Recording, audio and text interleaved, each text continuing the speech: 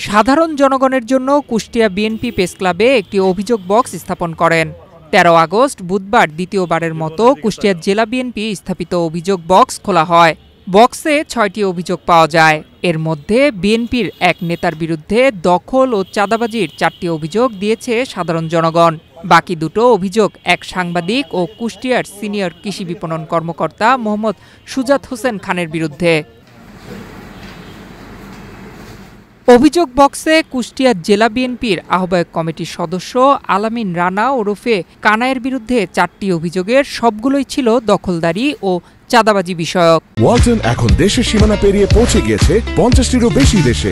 ওয়ালটন, ঘরে ঘরে বিশ্বজুড়ে। কৃষি বিপণন কর্মকর্তা সুজাত হোসেন খানের বিরুদ্ধে অভিযোগ নতুন লাইসেন্স প্রদান ও নবায়নের ক্ষেত্রে উৎকোচ গ্রহণ।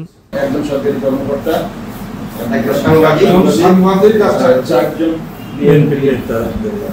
এখানে সবচেয়ে আশ্চর্যকর ভাই ৪টা অভিযোগ একজনের নামে করা যায়। হ্যাঁ, বিষয়টা গুরুত্ব সহকারে দেখতে হবে। একই ব্যক্তি বলে ৪টা বিএনপির অভিযোগ, বিএনপির নেতৃত্বের নামে সবই একজনের নামে।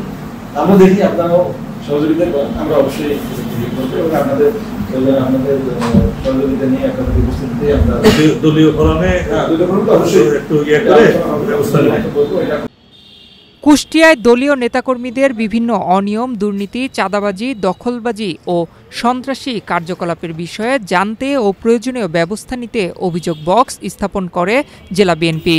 কুষ্টিয়া প্রেস ক্লাবের নিচে ফটকের পাশে এটি স্থাপন করেন বিএনপির কুষ্টিয়া জেলা শাখার আহ্বায়ক কুতুবউদ্দিন আহমেদ ও সদস্য সচিব প্রকৌশলী জাকির হোসেন সরকার। শহরের আরও কয়েকটি স্থানে এমন বক্স বসানোর কথা জানান তারা।